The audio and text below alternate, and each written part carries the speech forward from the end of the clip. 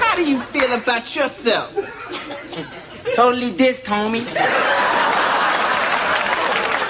That's why homie don't play that. Welcome to Watch Mojo, and today we're counting down our picks for the top 10 funniest in living color sketches. Hey, where you going? Now, don't be ashamed just because you're a white boy. I mean, I don't mind having a little cream in my coffee. Oh, but Phil, it's our vacation. Baby, Disaster has a real good travel agent. And what is he doing now? This is what they call chillin', Alan. Well, it is kind of cold in the studio today. Oh, no, not that kind of chillin'. He's just relaxing and getting used to his environment. For this list, we'll be ranking the most classic, enduring, and hilarious skits from the classic 90s comedy show. We'll be looking at both one-off sketches and the ones that came back to make us laugh over and over again. What's your favorite in living color sketch? Let us know in the comments. Number 10, Defrosting Vanilla Ice. Out of all the stars in living color introduced to a primetime audience, a little comic by the name of Jim Carrey is one of their most notable. Yo, VIP, let's kick it.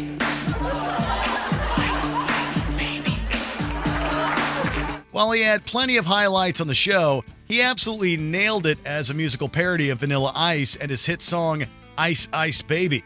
Carrey commits to the clothes, hair, and outrageous dance moves. I become richer with every endeavor. I'm living large and my bank is stupid because I just listen to real rap and stupid. He perfectly exaggerates Ice's already out there personal style while giving us a musical performance we'll never forget. In a sea of excellent musical parody sketches on In Living Color, this Ice parody floats to the top. Number 9. Benita Bottrell spills the tea. Gossip? Heavens no. Benita Bottrell wouldn't dream of speaking out of turn about a soul. I ain't one to gossip, so you ain't heard that from me. Except that's exactly what this character did, to exaggerated comedic effect. Kim Wayans encapsulates every local neighborhood gossip perfectly with this dirt-dishing homebody. Benita Bottrell couldn't help but speak directly to the camera about basically everyone she knows. You're the smartest little thing on TV. Dumbest little thing is more like it. Take her 3 days to watch 48 hours. The best running gag in these skits is that she tries to avoid talking badly about Miss Jenkins, but usually slips up for one hilarious final punchline. Woo, we almost lost Miss Jenkins, honey. That was a close shave. Whew. And speaking of close shaves, she could use one. That woman's got so much facial hair, she looks like Chewbacca with a weave. Number 8, Karate Instructor Bob Jackson. Jim Carrey's back again to excel at what he does better than nearly any comic out there: physical stunts. If there's one running theme throughout Carrey's various characters on In Living Color, it's their tendency to hurt, injure, or otherwise maim themselves just doing their jobs. Welcome to the first meeting of complete self-defense for women. Bob Jackson, karate instructor, was no exception. He always seemed to get pushed to the brink of mortal injury. In Jackson's self-defense class for women, he ends up getting stabbed by one of his students. I'm fine. I shifted my internal organs to avoid the knife. Carrey's over-the-top reaction absolutely works within the realm of the character's larger-than-life persona. You see, you're still bending your elbows. You've got to keep your arm completely straight. That's the whole key. Number 7, the head detective gets on the case. The laws of physics are thrown out the window for this hilarious procedural parody involving a different sort of detective. A head detective, in fact. Damon Wayans plays a short gumshoe that only has a head with tiny feet and arms, and, well, that's about it. Why do I always have to wear the disguise? Because you're the best. You're the masterhead.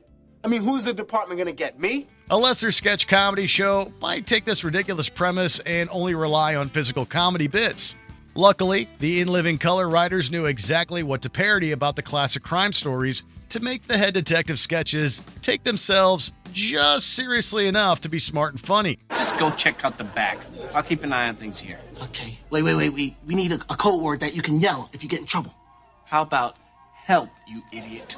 Somehow the show and audience suspend their disbelief about the gag and enjoy the side-splittingly hilarious head detective. Look like the game's over, huh, Chief? I just want to know one thing. Why'd you frame me? I had to. Number 6, the Headleys. In this world, there's the average hardworking American family, and then there's the Headleys.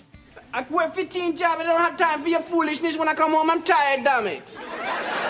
Listen, you think you're the only one work hard? I got 9 jobs myself, you know. Plus, I have to do all the cooking and the cleaning and the washing around here, not to mention the welding. This family is notorious for working a ridiculous amount of jobs. They also can't fathom the shame when their daughter, Margaret, starts dating a boy with, gasp, only one job. How many jobs he got to make $100,000? Only one?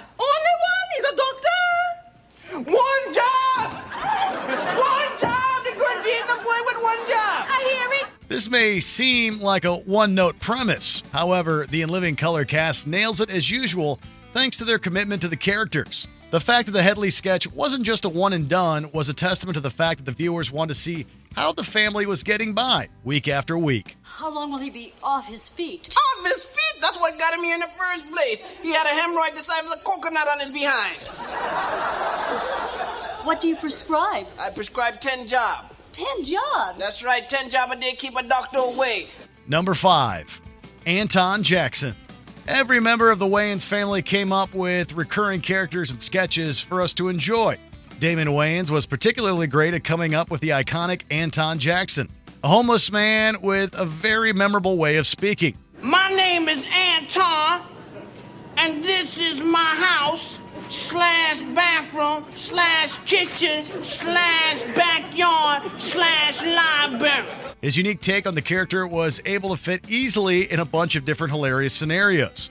We saw him appear everywhere from Thanksgiving dinner to a military recruitment office. I don't have time for this.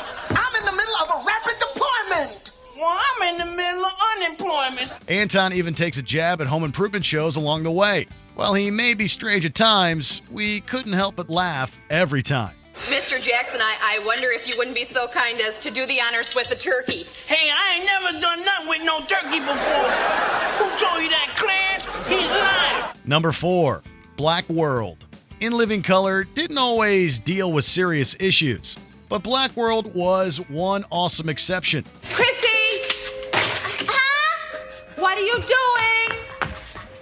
I'm sitting there waiting and being quiet. Takia Crystal Kima led this funny and topical sketch. She plays a little girl who's waiting for her mother to finish cleaning a movie theater so they can go home at last. During the sketch, she presents her fantasy land of Black World to the audience. Black world, all the black people have the money, and your mother doesn't have to sit and stay up in the theater and clean up late at night while you have to sit and wait and be quiet. Kima uses this construct to reference some of the daily struggles faced by the black community. She also juxtaposes those hardships with an idealized society of inclusion and acceptance. It's a sketch that pulls on the heartstrings just as much now as it did back in season 1. Oh, and when you go to the store, the white people don't follow you around and ask you if you have some money, like they know you don't have any money because your mother didn't give you any money because she didn't have any money. Number 3, Men On.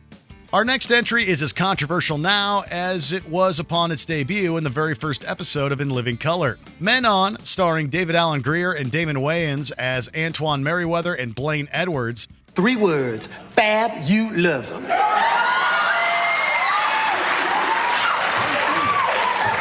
Boy, I hope I look that good when I'm 40. They both played into stereotypes of gay men while reviewing movies and other subjects on a weekly basis. The pair's rating system and the witty repartee between Wayans and Grier were a hit with viewers at the time. And I found that those padded shoulders were just too Joan Crawford. Mm-hmm. And speaking of old fish, what about those cheerleaders? Hated them. However, the men's performances, while good, still strike a nerve among many thanks to how gay men were perceived then and how they still are today. Well, our next piece is truly a work of art. Yes, it is. It's Michelangelo's Statue of David. Gasp and swoon, I just caught the vapors. Number 2, Fire Marshal Bill. Fire Marshal Bill was arguably one of Carrey's best-loved breakout characters from his tenure on In Living Color. I know what you're thinking. We're all perfectly safe in this classroom, right? Right. Wrong. This firefighter was similar to Carrey's Bob Jackson character in that he was always on the receiving end of some kind of disaster by the sketch's climax. Oh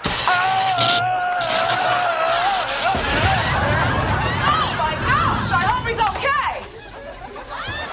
Never better. In Bill's case, however, his damage was usually far more explosive and even more exaggerated than the Karate Instructor's. Carrey's character also boasted his own witty catchphrase, "Let me show you something," right before things went haywire. Did you know that deep-sea fishing is the #1 cause of cruise ship casualties? Let me show you something. This is one of the sketches that didn't need an elaborate setup.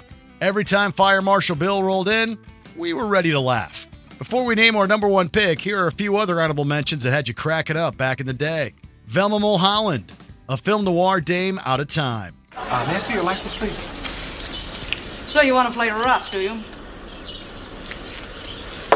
Sure, copper. I've got nothing to hide. Read it and wait. Make a Death Wish Foundation. Charles Bronson makes dreams come true. Can I kick the ball, Mr. Bronson? I'd like to see someone try to stop you. Oswald Bates and Barbara Bush. Booked on Phonics worked for him. Thank you, Mrs. Bush. Before I could read, I was forced to rob convenience stores for a living.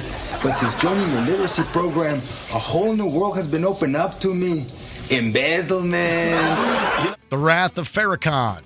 Bill Shatner, eat your heart out. What do you want? I've come to warn your crew. Warn your crew. Of their enslavement. Aboard this vessel. Before we continue, be sure to subscribe to our channel and ring the bell to get notified about our latest videos. You have the option to be notified for occasional videos or all of them. If you're on your phone, make sure you go into your settings and switch on notifications. #1, Homie the Clown. We're willing to bet that you've never met an entertainer as unpredictable as Homie the Clown. Homie, homie, homie, homie, homie, homie, homie. Played to comedic perfection by Damon Wayans, this clown was actually a criminal serving out his debt to the community. Unfortunately, he seemed to have a really short fuse when it came to the people he was supposed to entertain. What y'all want me to do first? Oh, homie. What? Now do a silly clown dance for us. Oh. Yeah, degrade myself, huh? I don't think so. Get on Homie's bad side and boom. An unwilling guest will get hit upside the head with a tennis ball and a sock.